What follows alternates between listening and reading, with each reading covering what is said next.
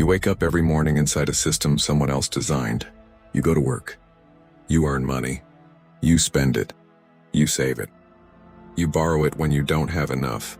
And somewhere in a glass tower you'll never enter, a decision is being made. A decision that will affect the price of your groceries, the cost of your rent, whether your job still exists next year. You were never in that room. You were never invited. But here is what no one tells you, you are paying for it. Let's go back. Not 100 years, not 500. Let's go back to a time before banks even existed. Imagine a world where money was physical, absolute.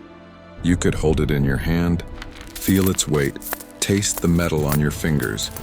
Gold, silver, real things, finite things.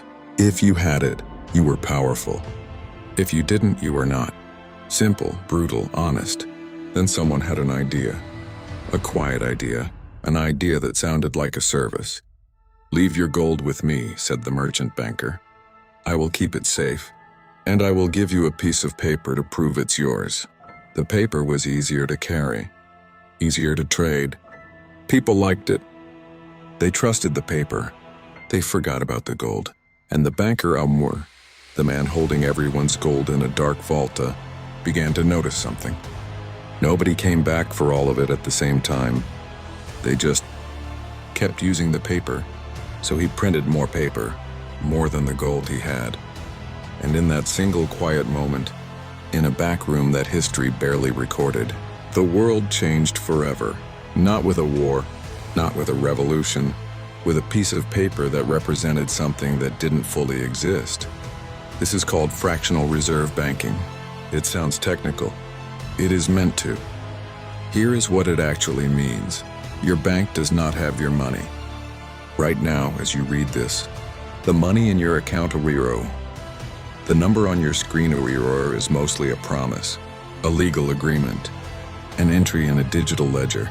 Banks are legally allowed to lend out far more money than they hold in reserve. Think about that. They take your deposit. They keep a fraction. They lend the rest to someone else. That someone else deposits it in another bank. That bank keeps a fraction and lends the rest again.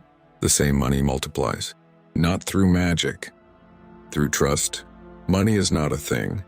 Money is a belief system, and the banks are its priests.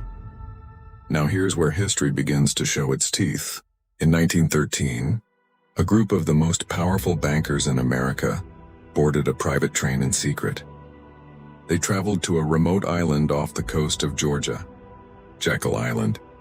No press, no public. No record of who was there at first. They stayed for 9 days.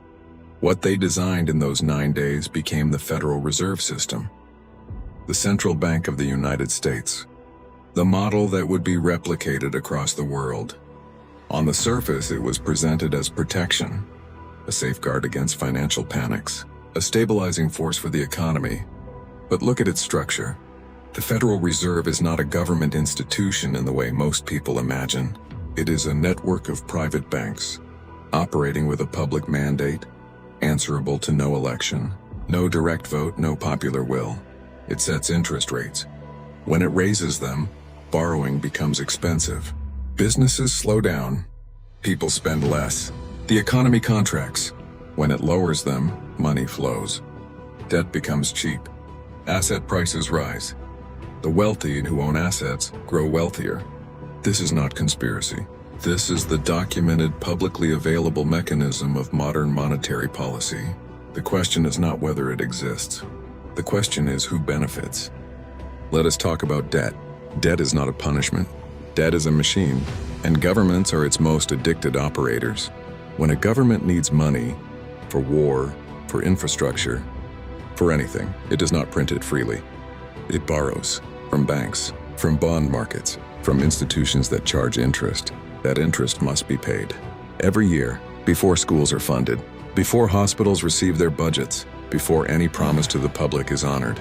In the United States alone, interest payments on national debt recently surpassed $1 trillion per year. $1 trillion, paid not to citizens, not to teachers or doctors or engineers, paid to creditors. This is not an American story. This is a global story. country after country trapped in the same quiet machinery, borrowing to function, paying to exist. And when a country cannot pay, when the debt becomes impossible, the International Monetary Fund arrives with loans, with conditions, with restructuring programs that have historically required nations to cut social services, privatize public assets, and open their markets to foreign investment. The people suffer. The system survives. Now comes the part that should disturb you most, because so far this has been about distant institutions, abstract policies. But in 2008, the machine broke, and the breaking was not abstract. For years, American banks had been issuing mortgages to people who could not afford them. They packaged those mortgages into complex financial products, gave them misleading names, assigned them fraudulent ratings, and sold them across the globe. The entire edifice was constructed on debt that would never be repaid, and everyone in the towers knew it. When it collapsed, and it collapsed spectacularly, millions of ordinary people lost their homes, their savings, their retirement funds, their jobs. In the United States alone, household wealth fell by $13 trillion in 18 months. Families destroyed, communities hollowed out, decades of work gone. And the banks? The United States government provided over $700 billion in emergency relief, not to the families who lost their homes, to the banks. The phrase used was, "too big to fail." What it meant was, the system cannot survive without them.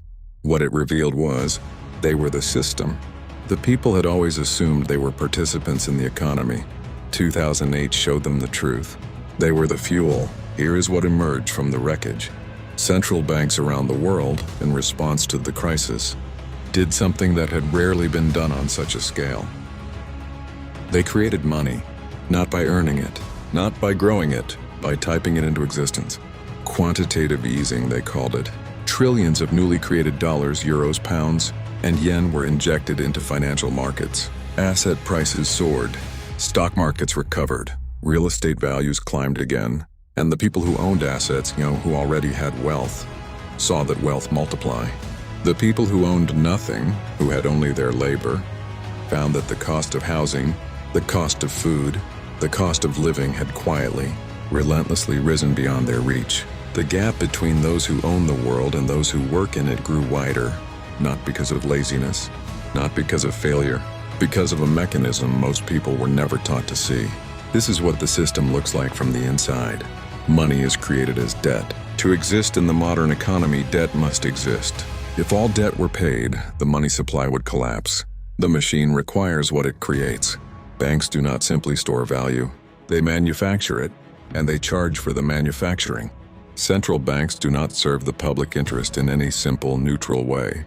They navigate between inflation and growth, between stability and expansion, and in those navigations, choices are made.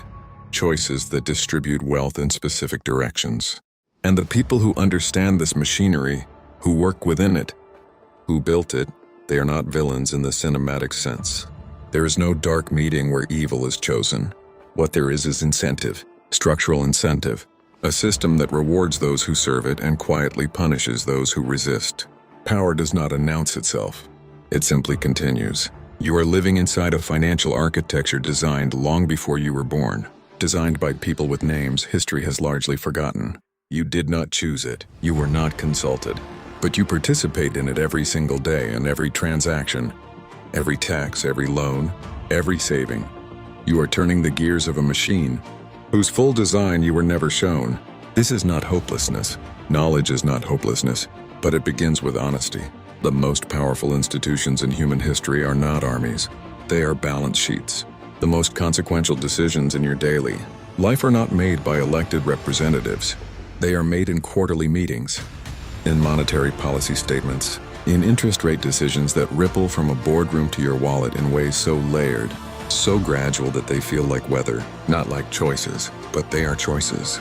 And understanding that, truly, deeply understanding that, is the beginning of something.